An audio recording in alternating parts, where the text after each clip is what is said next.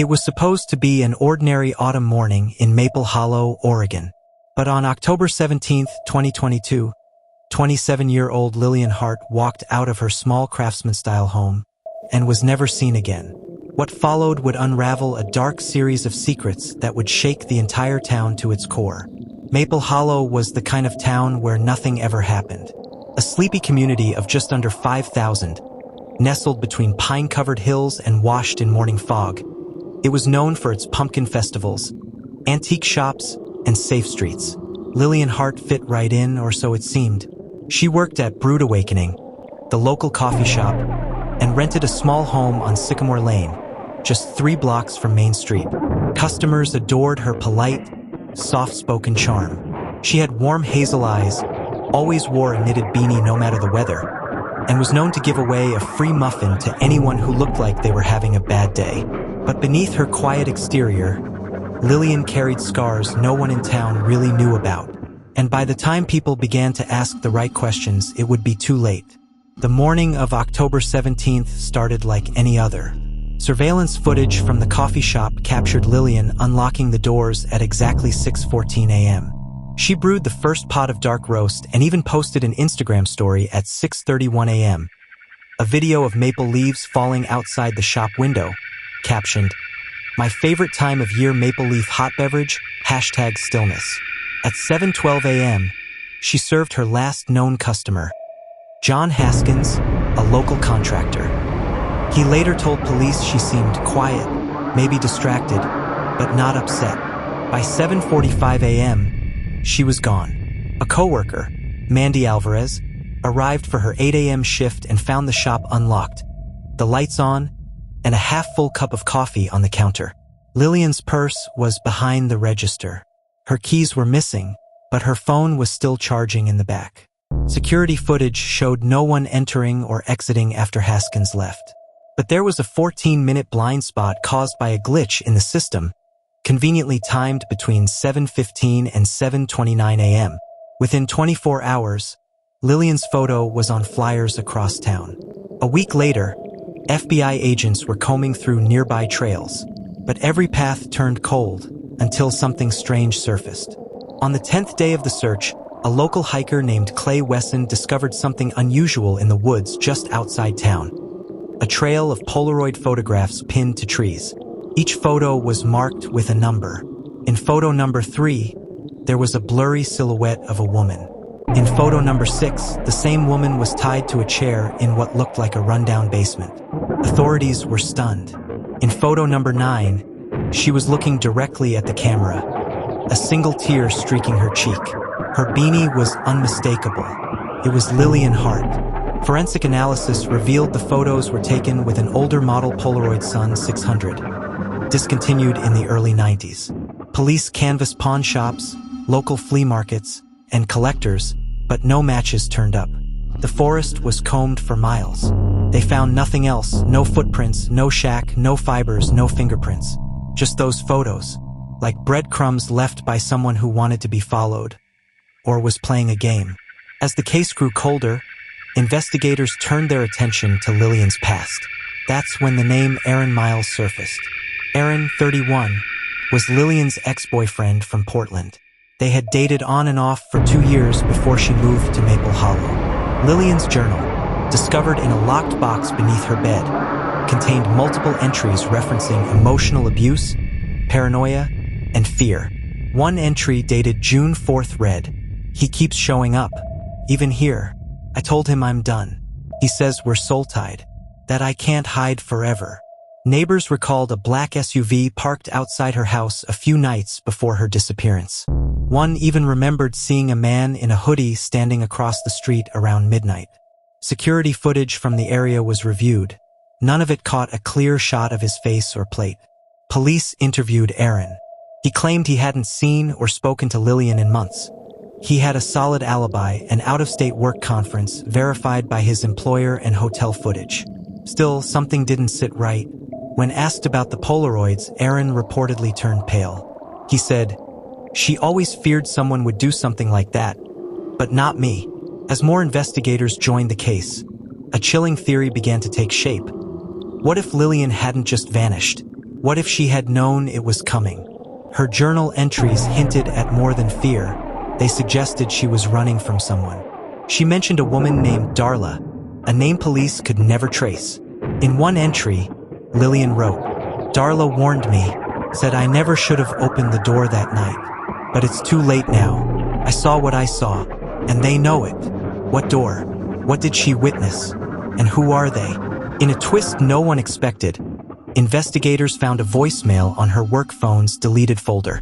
The voice was female, panicked. "Lillian, you need to leave. They're watching. Don't go to the police. You know too much now. Just go." The number was untraceable, burner phone, no caller ID. Suddenly, this wasn't just a missing persons case. It had the markings of something bigger, something deeper. On December 2nd, nearly 6 weeks after Lillian vanished, a couple hiking 5 miles east of town discovered what appeared to be a trapdoor, buried beneath brush and leaves in an abandoned shed. Inside, police found a basement. On the walls, photos, dozens of them, all of women. Most were missing persons dating back nearly 15 years. In the center of the room was a single chair, bolted to the floor, duct tape, Polaroid camera, and on the wall above the chair, Lillian's beanie. No body, no blood, no DNA, just the beanie. But whoever used that room, they'd done it before. Was Lillian the latest victim of a serial predator that had been operating in the shadows for over a decade? Who was Darla? Why was Lillian being warned? And most haunting of all, could she still be alive? Because in Maple Hollow, nothing is what it seems. I know what happened to your sister. Meet me where the river bends. Those were the exact words scribbled on the back of a gas station receipt, tucked under the windshield wiper of Detective Clara Voss's car. It had been 18 days since Lillian Hart vanished. No ransom, no credible tips, no witnesses. Just a growing darkness that spread through the small town of Elm Hollow like a poison. And now a potential lead or a trap. That night, Clara arrived at the river bend just before midnight. Fog clung to the water like a veil. Her hand hovered near her holster. The only sound was the slow trickle of the stream and the distant croaking of frogs. Then she saw him. A lanky figure stepped out from behind a tree. Early 30s, nervous hands, eyes darting. His name was Jacob Fields, a former custodian at Elm Hollow High, Lillian's old school. He had been laid off a year earlier after a series of disturbing complaints. None proven. "I don't have much time," Jacob whispered. "They're watching me too." "Who?" Clara asked. Jacob trembled. Lillian didn't just disappear. She uncovered something. Something she wasn't supposed to. He handed Clara an envelope. Inside were 2 photographs and a flash drive. One photo showed Lillian standing in front of a red barn on the outskirts of town, speaking with an unidentified man. The other, a grainy, zoomed-in shot, captured what looked like a handwritten ledger, filled with names and dollar amounts. "She found their book," Jacob muttered. "She was trying to bring them down." But before Clara could question him further, headlights pierced through the trees. A dark SUV. Jacob's eyes widened in terror. "They found me." He bolted into the woods, and within seconds, 2 gunshots shattered the silence. The flash drive Jacob gave Clara was encrypted, but the tech team cracked it in less than a day. What they found was damning. Lillian had been investigating a series of real estate deals tied to abandoned farmland and foreclosed homes in Elm Hollow.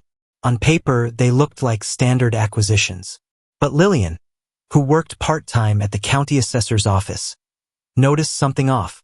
The properties were being bought by shell companies, then flipped at inflated values and funneled through offshore accounts. Several names listed in the ledger matched those of local politicians, police officials, and businessmen, including the town's mayor, Robert Lyle. Clara felt the walls begin to shift. Was this the real reason Lillian disappeared? Clara traced the barn from the photograph to an isolated property 10 miles outside of town, long abandoned according to public records. She went alone. The place reeked of rot and mildew. Dust particles danced in the slant of sunlight through the boarded windows. Then she found it, a trapdoor beneath a rotting hay bale. Inside was a makeshift room, mattress, chains, a stained tarp, photographs of Lillian, alive, bound, terrified, and then a diary, written by someone named C. Clara flipped through the pages. One entry read, "The girl keeps asking about the ledger. She doesn't know it's already been sold. She thinks someone's coming. But no one's coming. Tomorrow, she disappears forever." Clara's investigation shifted into overdrive. She pored over town surveillance footage, looking for the man in the red barn photo. Then she found him, at a gas station near the town border, 48 hours before Lillian vanished. Red baseball cap, unshaven, driving a blue pickup. His name was Caleb Rowe. A ghost. No employment records. No known address. Just a string of petty crimes and a long-forgotten stint in juvenile detention with none other than Sheriff Nolan Briggs. Clara's heart stopped. Was the sheriff covering for him? The closer Clara got to the truth, the more dangerous things became.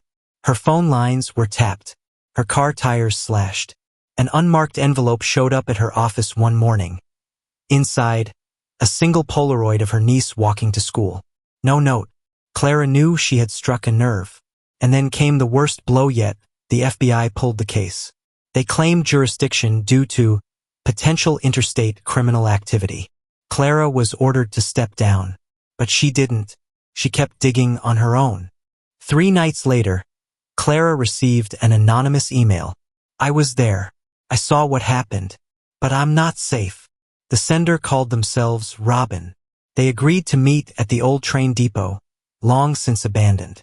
When Clara arrived, Robin was already waiting. A woman in her 20s, face hidden under a hoodie, hands shaking. "I used to clean for the mayor," Robin whispered. "They held Lillian in that barn for 6 days. She screamed every night. They thought no one could hear her." "Why didn't you go to the police?" Clara asked. Robin hesitated. "Because one of them is the police." Then she handed Clara a USB. "Everything's on there. Conversations, photos, video. But I don't know if she's still alive." And just like that, Robin vanished into the night. Back in her apartment, Clara watched the footage.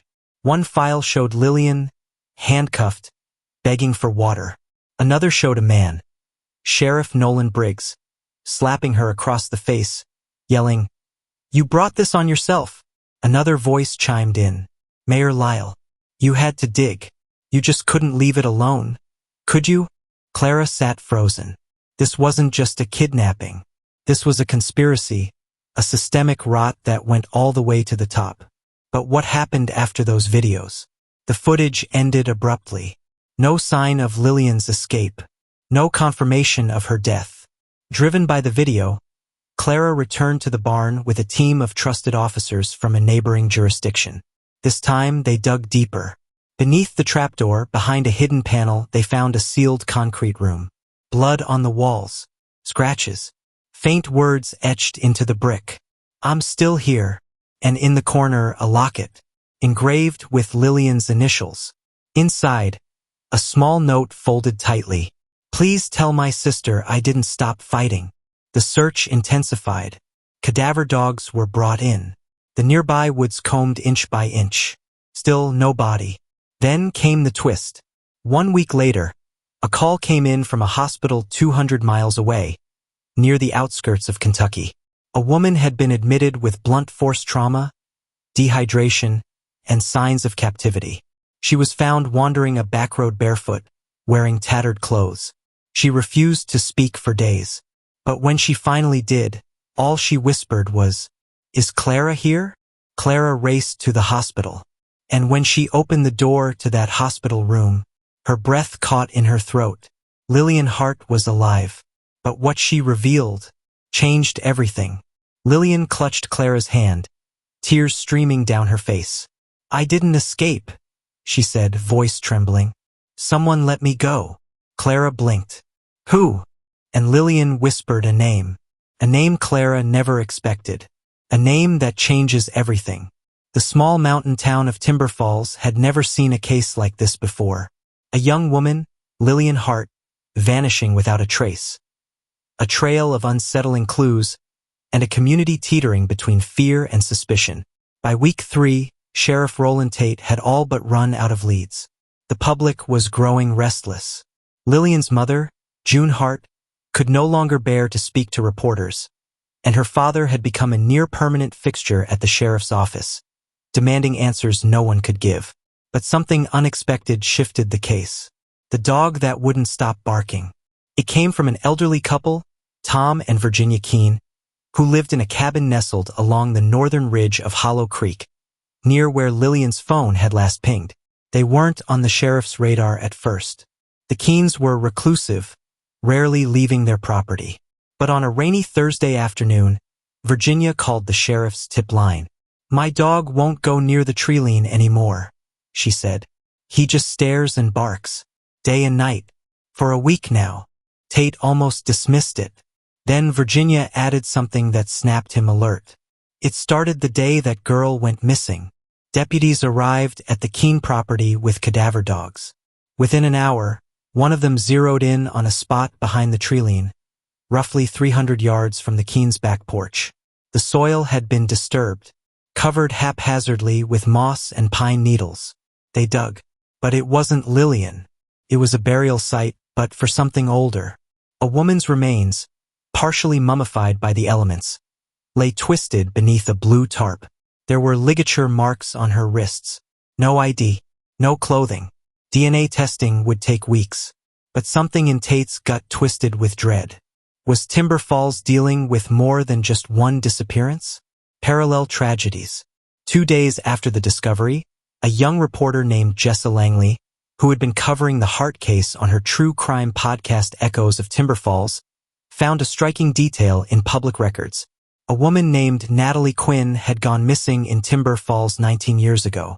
She was last seen leaving a grocery store just 2 miles from where Lillian vanished. Tate reopened the file, and the resemblance between Natalie and Lillian was undeniable. Same hair color, similar build, even the same crescent-shaped scar under the right eye. Was it coincidence, or something more sinister? Jessa's podcast began gaining traction. She interviewed locals, dug into public archives, and uncovered something shocking. There had been 3 other women who had disappeared in or near Timber Falls over the last 2 decades, all between 20 and 30 years old, all with the same vague profile. None of the disappearances had ever been linked together. Until now, the sheriff's department reluctantly acknowledged the pattern, but they were already stretched thin. A man named Curtis Dale, a retired forest ranger, walked into the sheriff's office one morning, carrying an old Polaroid photo and a shaking hand. "I don't know if this helps," he said, "but this picture, it's been haunting me for years." The photo, faded and torn, showed a woman tied to a tree. It wasn't immediately clear who she was.